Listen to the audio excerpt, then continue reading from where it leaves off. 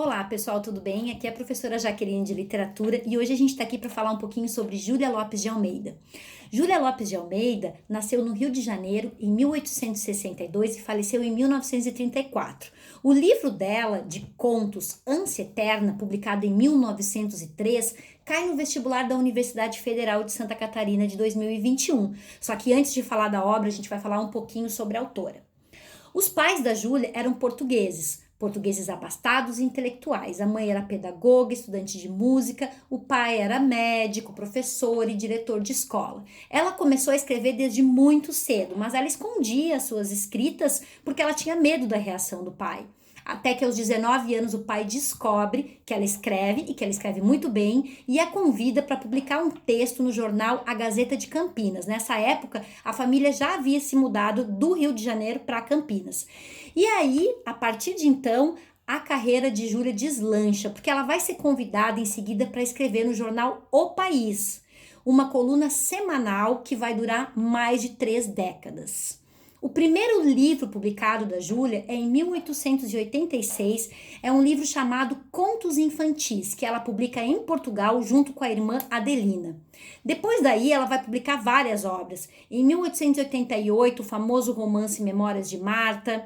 Em 1901 ela vai publicar A Falência e ela vai lutar pelo voto da mulher, pela emancipação da mulher, pelos direitos da mulher. Então, ela vai ser conhecida também por essa luta. Bem, ela vai casar com Filinto de Almeida, daí vem o sobrenome de Almeida, que ela já havia conhecido no Rio de Janeiro, mas ela volta a reencontrar em Portugal. Ele era poeta, era jornalista e eles se casam e vão morar no Rio de Janeiro. A casa de Júlia continua sendo frequentada por intelectuais, por escritores, por artistas e Júlia já é super reconhecida como escritora que é.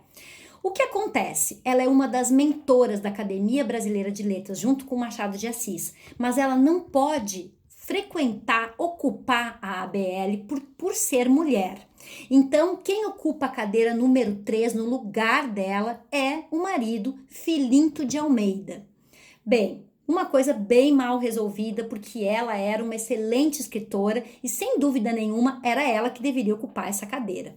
Bem, o que acontece com a Júlia é que esse casamento dela dura mais ou menos uns 50 anos, ela falece em decorrência de febre amarela, né? Ela chega a morar na Europa, ela mora em Paris, né? Em 2 momentos da vida dela, ela viaja, né? A família tinha muito dinheiro, enfim.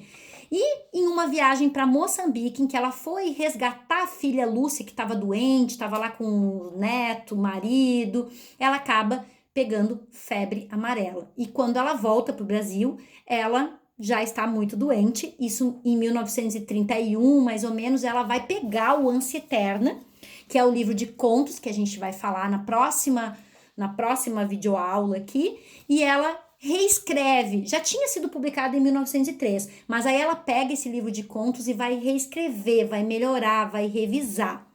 E esse livro vai ser publicado em 2019, republicado num projeto junto com o Senado Federal, numa pesquisa da professora Zaide, da UFSC, para resgatar essas escritoras que foram apagadas da nossa história. A Júlia Lopes de Almeida fez muito sucesso em vida, escreveu muitos livros de contos, romances, crônicas, até mesmo teatro, e, no entanto, a sua obra foi apagada numa questão de 1 década em seguida de sua morte. Então, é buscando resgatar essas vozes apagadas aí no cânone literário brasileiro, que a gente vai falar nas próximas aulas sobre os contos de Ânsia Eterna de Júlia Lopes de Almeida.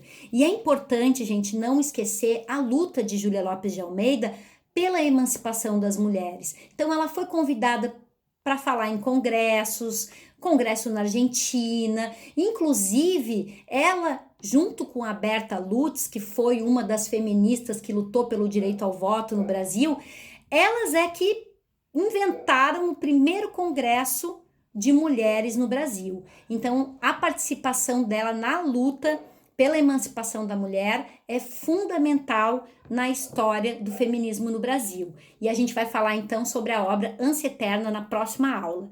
Até lá!